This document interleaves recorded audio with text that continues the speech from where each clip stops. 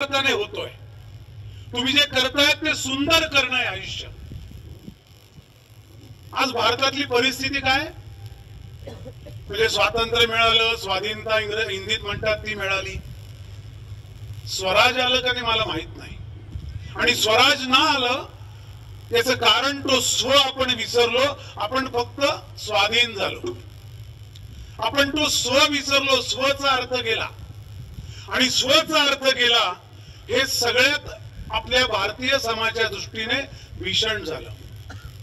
त्या स्वची महती, ते स्व जगून दाखवणारा एक वीर पुरुष या भूमीवर होऊन गेला, त्याचं नाव भगवान शिवछत्रपती। एकमेव माणूस ज्याने स्व काय असतो जगून दाखवलं, करून दाखवलं। तो दृष्टांत 50 वर्षाच्या आपल्या आयुष्यात आपल्या समोर ठेवून निघून गेला।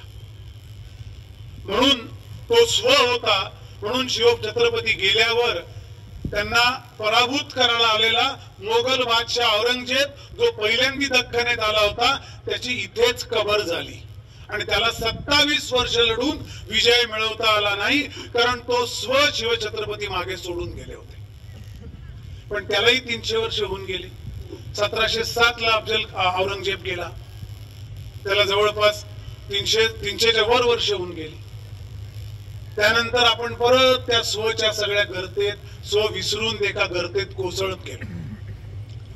मला माहितीये काही दिवसापूर्वी राम मंदिर झालं आणि 500 वर्षानंतर 400 लढाया जिंकून 15 लाख हिंदूंची कत्तल होऊन जे मंदिर उभं राहिलं, जे आज मुक्त झालं, ते मला माहिती आहे। मी असं म्हणत नाही, पण तो स्व उन्मादाचा होता का? स्वची जाणीव आणि स्वचा आविष्कार याच्यात फरक असतो। शिवाजी हे स्वची जाणीव आहे आणि आविष्कार तर आहेच। जाणीव असेल तर आविष्कार येतो, पण आविष्कार होईल तेव्हा स्वची जाणीव होईलच असं मात्र नाही। आणि म्हणून त्या जाणीवेकरता मी काही क्षण बोलणार आहे। अशी एक म्हण आहे इंग्रजीमध्ये, everything is fair in love and war, म्हणजे युद्ध आणि प्रेमात सगळं क्षम्य असतं। अत्यंत थोतांड अशी म्हण आहे।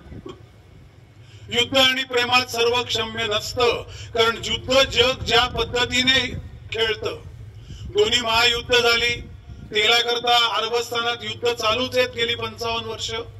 ही सगळं युद्ध कोणीही क्षम्य व्हावं म्हणून खेळत नाहीत। भारत हा एकमेव असा देश आहे जिथे युद्धाचा अर्थ धर्म आहे आणि प्रेमाचा अर्थ त्याग आहे। म्हणून आम्हाला क्षम्य करायची गरज लागत नाही, कारण युद्धच अधर्माने होत नाही।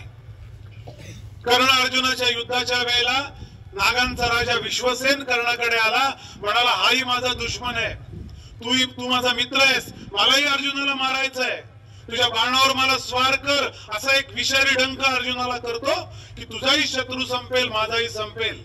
कर्णाने जे उत्तर दिले त्याचा अर्थ स्व असा आहे, त्याचा अर्थ धर्मयुद्ध असा आहे। कर्ण म्हणला मी तुझा उपयोग करेन, तुझ्या विषाने तो मरेलही, पण तो माणूस आहे आणि माणूस माणसाशी युद्ध खेळताना जर तुझ्यासारख्या सापाची मदत मी घेतली तर मला पुढचा जन्म मिळणार नाही।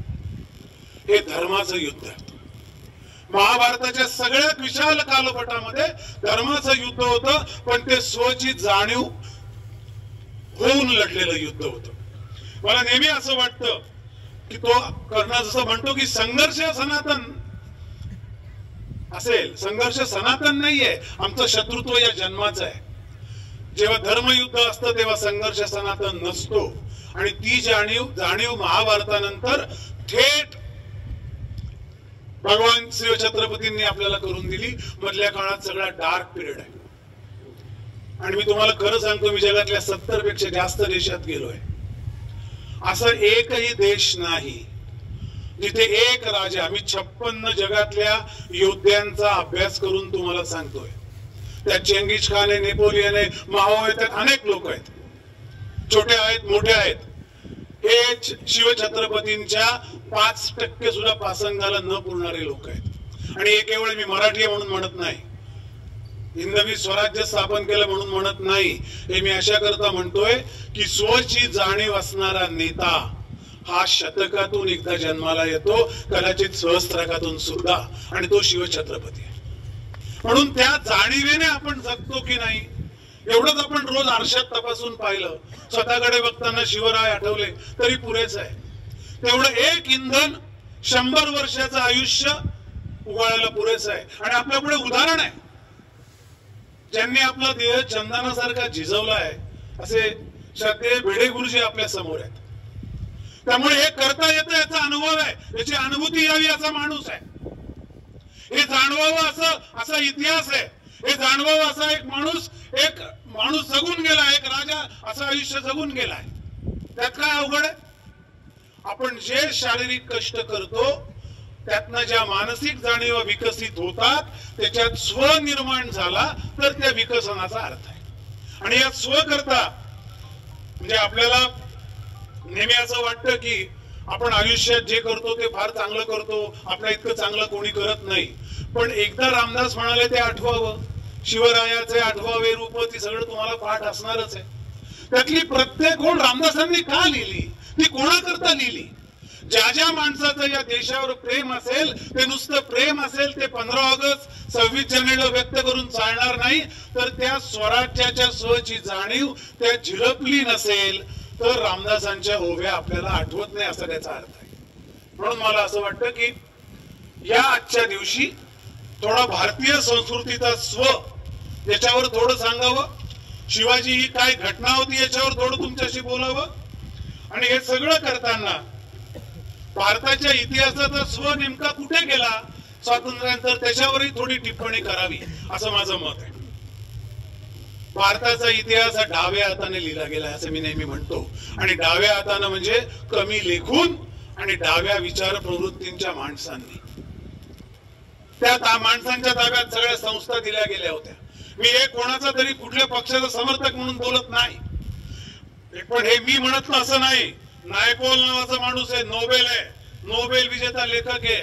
तो म्हणलाय भारत हा असा एकमेव देश आहे, तो सुद्धा भारतीय आहे, ज्याचा इतिहास विदेशी लोकांनी लिहिलेला आपल्याला विश्वास बसतो, पण देशी लोकांनी सांगितलेला आपल्याला पटत नाही. नायपॉल फार छान बोलतात. ते म्हणतात सगळ्या जनमानसात शिवाजीला स्थान आहे, पण पुस्तकात औरंगजेब आहे. सगळीकडे राणा प्रतापची चलती आहे, पण पुस्तकात अकबर आहे. हा जो इतिहास लिहिला गेला तेव्हा या राष्ट्राकरता ज्यांनी आपल्या आयुष्याच्या समिधा केल्या त्या माणसांचे इतिहास आपण लिहिले नाही. म्हणून कुठल्या तरी फार मोठ्या नेत्याच्या पुस्तकात शिवाजी हा लुटारू असा उल्लेख असतो.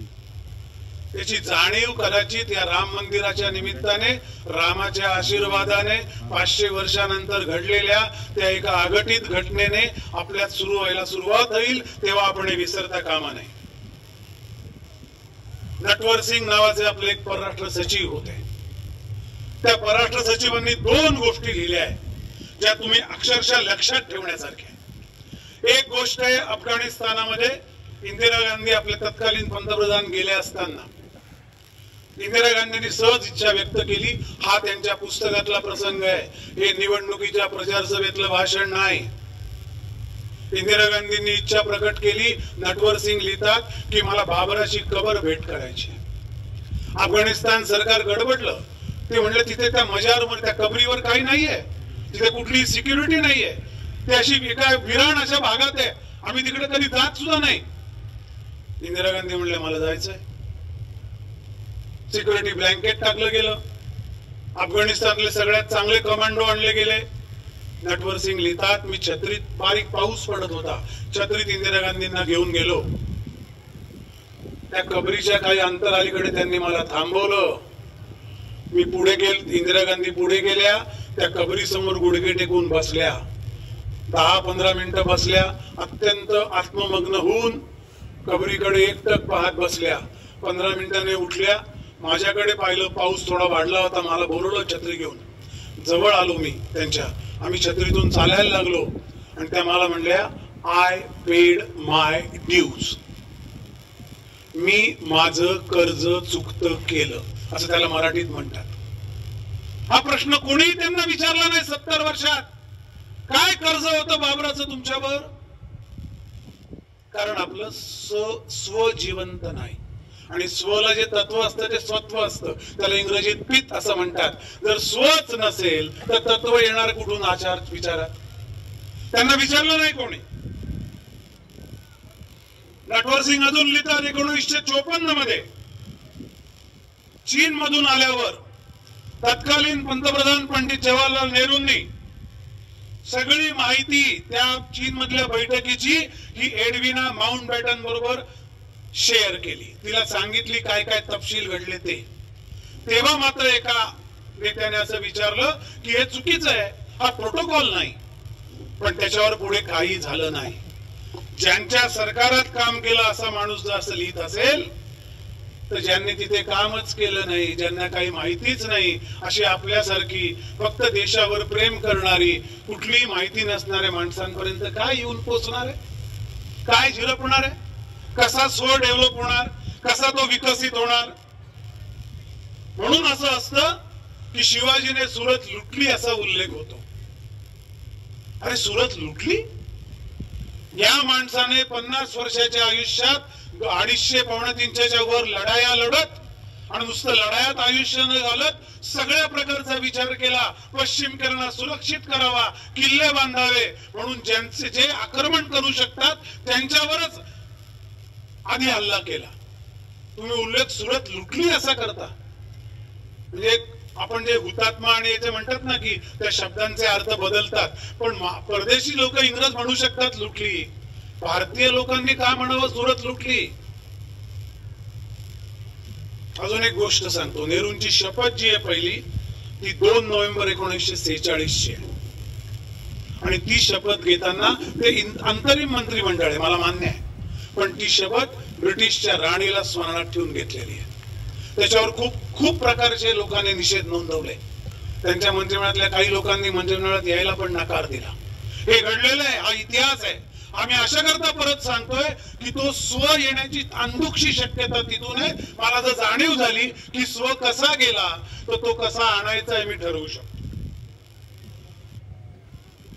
भारताबद्दल असं म्हणलं गेलं त्यावेळ काळात, काफिले बसते गए हिंदुस्तान बनता गया. अरे हा काय यात्रेचा हा देश आहे का यात्रा आहे? ते लोंढे येत गेले, त्यांची वस्ती होत गेली आणि देश बसत गेला, देश तयार होत गेला. हे भारताबद्दलचे उद्गार काढतात लोक. ज्या देशाचे 8 तुकडे इंग्रजांनी फाळणीच्या वेळेला केले. भारत जेव्हा स्वतंत्र झाला तेव्हा चीन स्वतंत्र नाही हे लक्षात ठेवा. भारत स्वतंत्र झाला तेव्हा भारत हा सगळ्यात मोठा देश आहे लक्षात ठेवा. त्याच्या आधीच्या काही वर्षापर्यंत 8 देश भारतातून इंग्रजांनी फोडले. अफगाणिस्तान मध्ये ड्युरॅन्ड लाईन मारली, पाकिस्तान बरोबरची वेगळी बॉर्डर, चीन बद्दलची मॅकमोहन रेषा, या रेषा कोणाला विचारून मारल्या? खान अब्दुल खबार खान सांगत होते आम्हाला पाकिस्तानात जायचं नाही. आपण त्यांना इकडे घेतलं नाही. त्यांना आपण उत्तर दिलं स्वतंत्र भारताच्या पंतप्रधानांनी की तिथे 32 मैलाचं अंतर आहे तुमचा आणि आमच्या देशात. त्याचा असा कसा काय देश असू शकेल की इकडे एक देश आहे 32 मैलाची परदेशी पट्टी आणि नंतर तुमचा देश आहे. त्यांना कोणीही विचारलं नाही की बांगलादेश पूर्वेकडे आणि पाकिस्तान पश्चिमेकडे हा एक देश 1200 मैलाचं अंतर असताना कसा असू शकतो. हे प्रश्न आपण विचारले नाहीत कारण आपण स्वातंत्र्याच्या धुंदीत होतो आणि त्यात सत्वाची जाणीव विसरावी असं काहीतरी घडवलं गेलं, हेही सत्य आहे. आणि सत्वाची जाणीव जेव्हा जाईल तेव्हा शिवछत्रपती हा आदर्श होऊन राहील, पण तो अंमलात येण्याच्या याचा आपण ठेवणार नाही. कारण आपल्याला असं वाटेल ते असाध्य आहे. पण ती जाणीव झाली तर शिवाजी म्हणजे आपण असा त्याचा अर्थ होईल. भारतीय स्वच्या बाबतीत नेहमी असं म्हणलं जातं की इंडिया म्हणजे परदेशात मी फिरायचो, लोक म्हणायचे इंडिया ही जिओग्राफिकल एंटिटी आहे का, म्हणजे हा एक भूगोल आहे का. कोणी म्हणायचं भूगोल नसेल, कदाचित इतिहास आहे का. मग कोणी म्हणायचं नाही इतिहास नाही, हा धर्म आहे. त्या धर्म शब्दाकडे मी येणार आहे, ज्याला इंग्रजीत रिलिजन म्हणतात, तो एक बदमाशी आहे, त्याकडे पण मी येणार आहे. धार्मिक देश आहे का. मग कोणी म्हणायचं नाही हा एक जसा ज्याला स्पिरिच्युअल म्हणतात किंवा त्या लोकांच्या भाषेत स्पिरिच्युअल शब्द म्हणजे आपल्याकडे असा मंत्रलेला कुठल्या तरी अध्यात्म भावाने गुंफलेला असा देश आहे का, असं म्हणायचे. मला नेहमी असं वाटतं भारत हा तसा नाहीच आहे. जेव्हा अणुस्फोट होतो ना तेव्हा हायड्रोजनचे 2 अणू त्यांची केंद्रक त्यांचे केंद्र एकमेकाशी भिडतात, त्याला फ्युजन असं म्हणतात. मी सोपं करून सांगतोय, हिलियम तयार होतो आणि त्यातून सूर्याची निर्मिती होते, तेवढी ऊर्जा तयार होते. भारत हा आत्मा आणि परमात्मा यांचं फ्युजन होऊन अशी प्रचंड ऊर्जा निर्माण करणारा देश आहे. आणि म्हणून इथे शिवाजी होण्याची शक्यता आहे.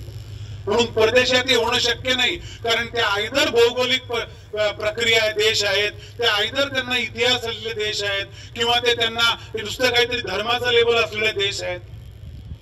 रिलिजियस या शब्दाचा अर्थ धर्म असा नाही, तो इंग्रजांनी लावलेला आहे. धर्माला रिलिजन म्हणण्या इतकी घोडचूक आयुष्यात कधी करू नका. इंग्रजी ही भुक्कड भाषा आहे. त्या भाषेत सगळं पर्यावरण व्यक्त करता येत नाही. मी परदेशात राहिलोय अनेक वर्ष, तरी हे सांगतोय, त्या भाषेत सगळ्या गोष्टी व्यक्त होत नाही. ती भाषा पुरेशी नसते, ती अपुरी असते, ती आखूड असते, ती भुक्कड असते माझ्या बाबतीत, कारण तिचा मग गैरवापर होतो. धर्म नावाच्या आमच्या कर्माला, धर्म म्हणजे आमचा सत्व, आमचा स्व, त्याला रिलिजन म्हणून तुम्ही जी आमची हेटाळणी केली आणि मग आता आम्ही रिलिजियस म्हणतो, हिंदू म्हटले की, हा आपला भ्रम आहे. हिंदू हे रिलिजियस ना, इंग्रजी मधल्या रिलिजियस नाही, तो धर्म आहे, पण हिंदू धर्माची व्याप्ती प्रचंड मोठी आहे. म्हणून गुरुजी लिहितात ना, शिवप्रतिष्ठान हिंदुस्थान, त्याला अर्थ आहे, त्या लिहिण्याला काही कारण आहे, कारण तो रिलिजन नाही. आजपासून जो तुम्हाला सांगेल हिंदू रिलिजन आहे, त्याला त्याच्या कानफडीत द्या, त्याला समजावून सांगा रिलिजन ही आमची व्याख्या नाही, हिंदू हा धर्म आहे आणि धर्म म्हणजे रिलिजन नाही. आणि याच्यावर मी कोणाशी किती तास वाद घालायला तयार आहे. ऑक्सफोर्ड मधल्या डिक्शनरी मध्ये हिंदू धर्माचे, आता बघा हे बदमाश कसे आहेत, हे आपल्याला रिलिजन म्हणतात, पण ऑक्सफोर्डच्या त्या सगळ्या धर्मशास्त्रांच्या उकलीच्या डिक्शनरीत एक प्रेषित, एक परमेश्वर, एक प्रेषित आणि बाकी अनुयायी, याला धर्म असं, याला असं रिलिजन असं डिफाईन केलंय, त्याला रिलिजन असं म्हटलं गेलंय.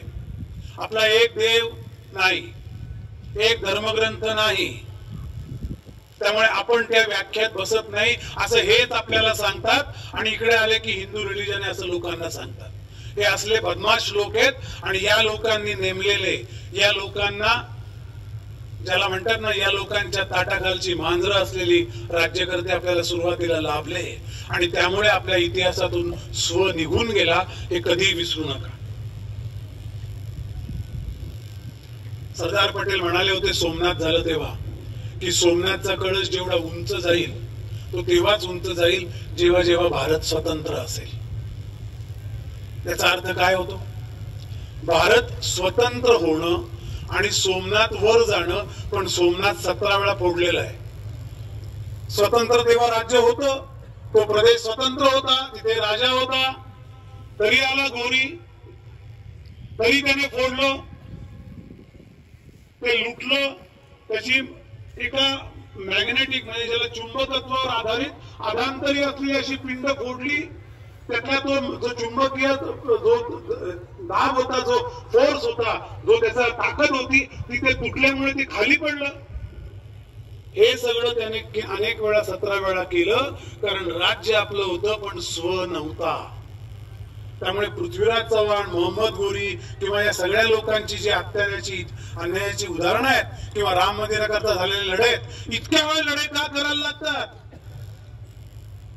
शिवाजीच्या 50 वर्षाच्या आयुष्यात इतक्या लढाई लढून शिवाजी हरत नाही. आणि इतक्या वेळेला आपले लोक का हरवतात, याचं कारण तो फरकच त्या स्वच आहे. म्हणून आज मला असं वाटतं की या सगळ्या आपल्या गडकोट मोहिमेत, आणि मी लहान तोंडी मोठा घास आहे माझा, मी छोटा माणूस आहे, ही गडकोट मोहीम तुम्ही 38 वर्ष करताय, माझ्याच्यावर काही म्हणायची लायकी नाही, पण मला असं वाटतं त्यामध्ये आपण स्वच बीजारोपण जर करत गेलो तर ते खूप बरं होईल. कारण या सगळ्या गोष्टीतून तर स्व तयार झाला. म्हणजे असं म्हणतात ना की एक स्थितीज ऊर्जा असते आणि एक गतिमान ऊर्जा असते, त्याला इंग्रजीत पोटेन्शियल आणि कायनेटिक असं म्हणतात. रोज आपण व्यायाम करतो, ती स्थितीज ऊर्जा तयार होते, आणि आपण 20 किलोमीटर पळतो, ती गतिज ऊर्जा असते, तिचा पाया स्थितीज ऊर्जा असते. असं एक शास्त्रातलं प्रमेय आहे. तर आपण गडकोट मोहीम आणि हे सगळं करणं, ही स्थितीज ऊर्जा आपण तयार करतोय. ती गतिज ऊर्जा होण्याकरता त्या स्व नावाच्या एका धावण्याची, त्या आवेगाची, त्या वेगाची, त्या प्रवेगाची आपल्याला जाणीव करून घ्यावी लागेल असं मला वाटतं. अजून एक गोष्ट सांगतो. हिग्स बोसोन ही थेअरी तुम्ही ऐकली की नाही मला माहित नाही, थोडक्यात सांगतो. त्यांनी मध्ये प्रकाशापेक्षा जास्त वेगाने धावणारा कुठला अणू आहे का, पार्टिकल आहे का, याच्याकरता एक हिग्स बोसॉन म्हणून एका छोट्या याच्यामध्ये जास्त प्रकाशापेक्षा जास्त वेगाने काही अणू रेणू काही कण धावतील अशा पद्धतीचा एक एक्सचेंज केला. त्यात विश्व निर्मितीचे काही संकेत त्यांना मिळतील असं वाटत होतं. मी काय सांगतोय नीट ऐका. आपला स्व लोक कसे जपतात बघा. तिथे ऑस्ट्रियाचे एक शास्त्रज्ञ आहे, त्या शास्त्रज्ञाचं नाव आहे फिट्झे. त्या शास्त्रज्ञाने त्या सन लॅब जिथे हा प्रयोग झाला स्वित्झर्लंड मधल्या, त्या लॅबच्या बाहेर एका भिंतीवर नटराजाचा फोटो लावलाय. मी तो पाहून आलोय म्हणून सांगतो. आणि त्याच्या खाली त्याने असं लिहिलंय, the constant creation of universe and destruction of universe is a dance of Shiva. म्हणजे जगाची निर्मिती होणं, उत्पत्ती स्थिती लय या अवस्थेत जग सगळं हिंदकळत राहणं हा जणू काही शिवाचा कॉस्मिक डान्स आहे, अंतराळातलं एक नृत्य आहे. आणि ते म्हणून नटराजाची प्रतिमा तिथे ठेवली आहे आणि त्या खाली त्याने आपलं नाव लिहिलंय. असं नाही कोणतरी अनामिक लिहून गेला. याला म्हणतात स्व, याला म्हणतात स्वची जाणीव. चेंगीज खान नावाच्या एका योद्ध्याच्या कबरीवर उझबेकिस्तानला जाऊन बघा, ताशकंदला बाहेर त्रिशूळ कोरलेला आहे. काय असेल त्रिशूळ कोरलेला? मंगोल लोकांचा धर्म काय? तेंदरीन. तेंदरीनचा काय अर्थ आहे मराठीत? त्रिशूळ.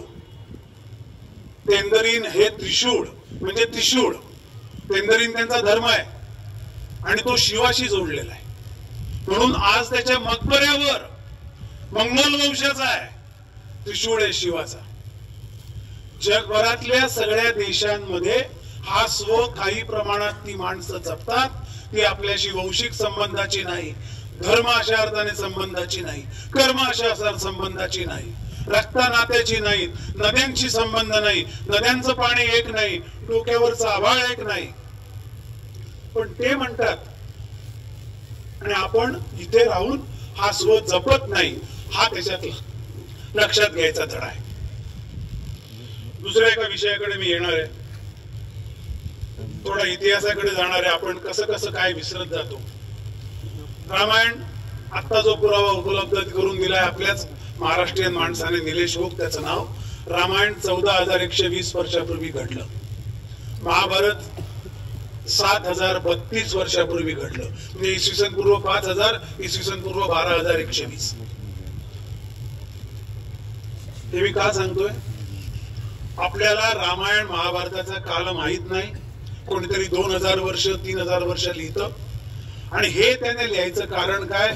30 वर्ष संशोधन करायचं कारण काय? तर जगातल्या सगळ्या संस्कृतीच्या सुरुवातीच्या आधी काय होतं हे त्याला सांगायचं होतं. संस्कृती म्हणजे नुसती काही पुस्तकात म्हणायची किंवा एखादं गाणं म्हणायची, एखादे उत्सव साजरे करायची, ढोल वाजवायची गोष्ट नाही. तिचा उगम शोधायला लागतो. त्याने त्या पुस्तकात ते राम हे ऐतिहासिक सत्य या पुस्तकात ते लिहून दिलं. म्हणजे आमचा जो धर्म आहे हा धर्म तितका तिथून चालत आलाय हे जेव्हा मला कळेल तेव्हा मला या भारतीय स्वातंत्र्यानंतर डाव्या हाताने लिहिलेल्या इतिहास वाचण्याची गरज लागणार नाही. आणि म्हणून ते आवश्यक आहे. शिवाजी एक घटना आहे. रामदास हे केवळ संत नाही, तो स्व आहे. संभाजी नुसता शिवपुत्र नाही, तर आयुष्य डावाला लावणारा एक जाज्वल्यपूर्ण असा स्व आहे. बाजीराव पेशवा नाही, तर सगळा देश मराठ्यांच्या टाचेखाली आणणारा तो एक स्व आहे. टिळक काही पत्रकार नाहीत, पण एक अत्यंत असीमित अशी दूरदृष्टी असणारा राजयोगी आहे, कारण त्यांच्यात स्व आहे. गुरु गोविंद सिंग काही संत नाही, नुसतं शीख संत. तर दंग म्हणजे तत्व, तेग म्हणजे तलवार आणि फत्ते म्हणजे विजय. आणि तेग शिवाय विजय होऊ शकत नाही हे स्वत्व जाणणारा, स्व जाणणारा असा मोठा योद्धा आहे. आपण अशी मांडणी करत गेलो की मग आपल्याला कळतं की स्व आपण कोणात पाहिला पाहिजे. कोणात पाहिला, कोणातला स्व होता जो आपल्याला लक्षात आला पाहिजे आणि तो आपल्यात आणला पाहिजे. बरेच लोक विचारतात इतिहास कशाला वाचायचा, त्यातनं काय मिळणार आहे? तुम्ही आता आम्हाला सांगितलं ते तुम्ही उगीच बागची भांडण उकरून काढाल. त्या भांडणाला जाऊन काय करायचं? इतिहास वाचणं ही धर्मवंशातली भांडणं लावण्याचं कारण नाही. इतिहास असा वाचायचा असतो की त्या वैराची कारण शोधून काढायची असतात. हे का घडलं याच्या मुळाशी गेलं की स्व सापडतो. आणि एक लक्षात ठेवा, काहीतरी मिळमिळीत तत्वज्ञान घेऊन इतिहास कशाला वाचायचा, भांडणं कशाला काढायची, आपण आपलं समधर्म समभावाने राहू, आपण प्रेमाने राहू, हे लक्षात ठेवताना, बोलत असताना, मनात आणताना, वाचताना, कोणाला सांगताना एक गोष्ट लक्षात ठेवा, मालक आणि गुलाम ही मैत्री कधी होत नाही. जोपर्यंत आपण मालक नसतो तोपर्यंत या बडबडीला काही अर्थ नाही. कोणी हिंग लावून त्याच्याकडे पाहणार नाही, ठुंकून आपल्याकडे पाहणार नाही. मालक आणि गुलामाची मैत्री होत नसते. आपलं वर्तन, आपले विचार, आपला आचार, आपलं जगणं, आपलं या देशाबद्दलची अस्मिता ही जर गुलामाची असेल तर आपण कधी मालक होऊ शकणार नाही आणि आपण स्वपासून दूर जात राहतो.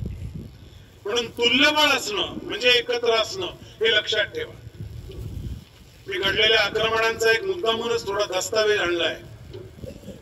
मी फक्त नाव आणि साल सांगतो, तुम्ही लक्षात ठेवा. इसवी सन पूर्व 327 म्हणजे आजपासून 2600 वर्षापूर्वी पहिलं आक्रमण सिकंदराचं आहे. इसवी सन 712 मोहम्मद बिन कासिम सिंधवरचं आक्रमण आहे. त्याच्या आधी 632 साली इस्लाम नावाचा धर्म आलाय. आणि भिडे गुरुजींची बोलताना लक्षात त्यांनी सांगितलं ते फार महत्वाचं आहे. रामायणाच्या काळातला शत्रू मुस्लिम नाहीये, तो रावण आहे. कृष्णाच्या काळातला पांडवांचा शत्रू हा कौरव आहे, तो मुस्लिम नाहीये. हे पहिलं आक्रमण होतं 712 साली झालेलं, जिथे हा शत्रू या एकदेशीय नाही, हा इथला नाही, हा या संस्कृतीची नाळ असलेला नाही, हा इथल्या धाग्यांची जोडलेला नाही, हा इथल्या परंपरांचा सन्मान करणारा नाही. 632 साली एक धर्म स्थापन होतो आणि 712 म्हणजे फक्त 80 वर्षानंतर त्या धर्माचे प्रचारक एका हातात तलवार दुसऱ्या हातात कुराण घेऊन चालून येतात. पहिला आला मोहम्मद बिन कासिम, प्रांत भारताचाच प्रांत त्या काळातला सिंध. इसवी सन 1001 गजनीचा मोहम्मद 17 वेळा मथुरा सोमनाथ यांचा नाश करणारा, अमाप संपत्ती लुटली आहे. संपत्तीचा तपशील मी देणार आहे. नंतर 1398 येतो तैमूर, 15 दिवस दिल्ली लुटली, 15,000 घोड्या हत्तींवर संपत्ती घेऊन गेलाय. इसवी सन 1519 बाबर मुघल साम्राज्य भारतात स्थापलं. या माणसाची गंमत अशी, याचे वडील आहेत, वडील तैमूर वंशाचे, आई चंगीज खान म्हणजे मंगोल, वडील तुर्किश. अशा संकराचा हा माणूस तो येतो, 5 आक्रमण केली. शेवटी मीर बाकीला सांगून 1528 ला तोफा लावून राम मंदिर उडवलं. हा बाबर आहे. अल बेरुनी नावाचा एक माणूस असं लिहितो, तो इतिहासकार आहे आणि तो पर्शियन इतिहासकार आहे, भारतीय इतिहासकार नाही. त्यांच्यावर विश्वास ठेवतात ना, आता याच्यावर विश्वास ठेवा. तो म्हणतो भारत राम जन्मभूमी भारताचा मानबिंदू होती आणि ती जोपर्यंत नष्ट होत नाही तोपर्यंत आपण इथे स्थिर होणार नाही. हा विश्वास, ही श्रद्धा आणि ही पराकोटीची त्याच्यावरची श्रद्धा घेऊन प्रत्येक मुस्लिम आक्रमक इथे आला. आणि मी का सांगतोय, हुमायूने 16-17 लढाया, अकबराच्या 20, बाबरी म्हणजे राम मंदिराच्या इथे, औरंगजेब 30, नवाब सदात अली 5, नसरुद्दीन 2, वाजिद अली 2, अशा 1934 पर्यंत 86 लढाया राम जन्मभूमी करता झाल्या आणि 12 लाख हिंदू मारले गेले. एक लक्षात ठेवा, यानंतर एक माणूस येतोय, त्याचं नाव आहे भगवान शिवछत्रपती. त्यावेळेला हिंदू राजे नाही आहेत का? प्रचंड आहेत. विजयनगरचं साम्राज्य आहे, कृष्णदेवरायचं देवगिरीचं साम्राज्य आहे, हे सगळे साम्राज्यच आहेत मोठे मोठे. कृष्णदेवरायच्या साम्राज्यावर अल्लाउद्दीन खिलजीने हल्ला केला, त्यावेळेचे सगळे संत 1200चा काळ आहे. त्याची इतकी संपत्ती लुटली, त्याचा आकडा सांगितला तर डोळे पांढरे होतील.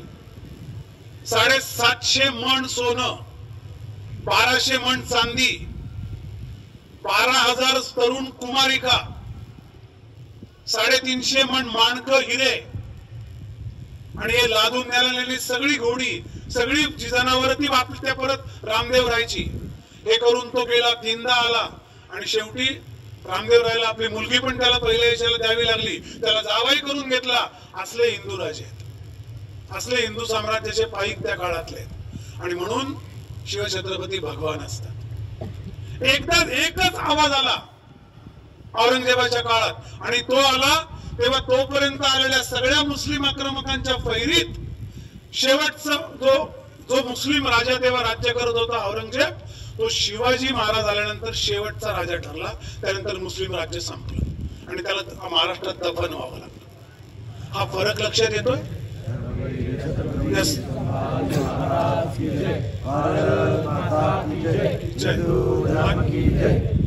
आणि म्हणून स्व असा होता की छत्रपती संभाजी, धर्मवीर छत्रपती संभाजी त्यानंतर ज्या पद्धतीने लढले ते त्या स्वच निदेशक आहे. मावळे साधे लढले, त्याच्या टेंबूचे सोन्याचे कळस कापून आणले. औरंगजेबाची मुलगी आपल्या आई लिहिते की अब्बू जान की इतनी बू आती है जैसे लगता है कोई सड़क मर गया है. त्यांच्या शरीराचा